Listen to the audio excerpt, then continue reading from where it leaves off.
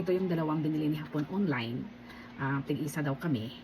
And then, sabi ko, ibibideo ko, sabi niya, huwag ka muna magsabi ng pangalan kasi baka naman hindi effective pagtawanan ka, tapos bibili naman yung mga nanonood sa iyo, nakakahiya, sabi niya.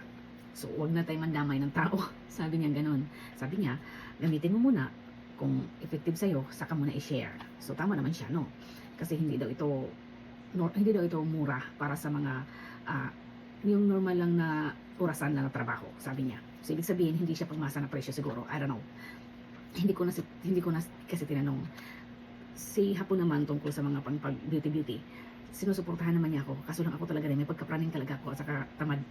So ito, pasensya na po, hindi ko po muna i-reveal kung ano itong pangalan niya. Kasi ang gamitan nito, 3 months before makita yung epekto. Actually, bumili ako kahapon ng Transino, ay nung 3 days ago. Pero i-stop ko muna. Kasi ito muna ang gamitin ko. Dahil sabi niya po, inumin ko raw muna ito. Dahil ano daw, effective daw ito. Marami daw siya napapanood. And then, saka ko daw i-share yung pangalan pag naging okay sa akin. Okay, wag mo daw muna ako mandamay hanggat hindi pa nakikita sa akin ang result. Okay? So, bye for now. Thank you.